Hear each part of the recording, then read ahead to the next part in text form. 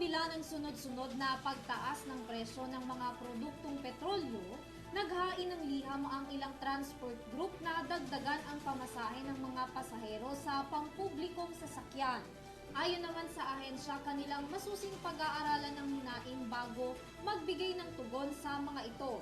May report si Ashley Lupena.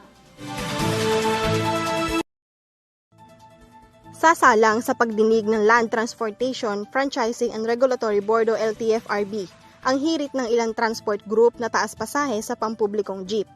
Ayon kay LTFRB Chairperson Attorney Teofilio Guadis III, tutukuyin pa ang hiling kung dapat bang itaas ang pamasahe ng mga pasahero sa gitna ng sunod-sunod na pagtaas ng presyo ng petrolyo.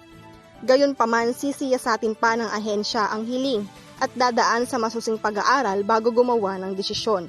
Hihinga naman ng opinyon ang ilang ahensya, partikular ang National Economic and Development Authority o NEDA, dahil sa pagtaas na makakaapekto sa ekonomiya ng bansa.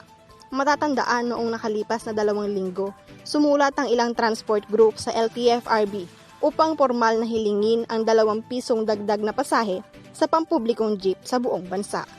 Para sa EuroTV News, Ashley Ann Lopena, sumasaludo sa bawat Pilipino.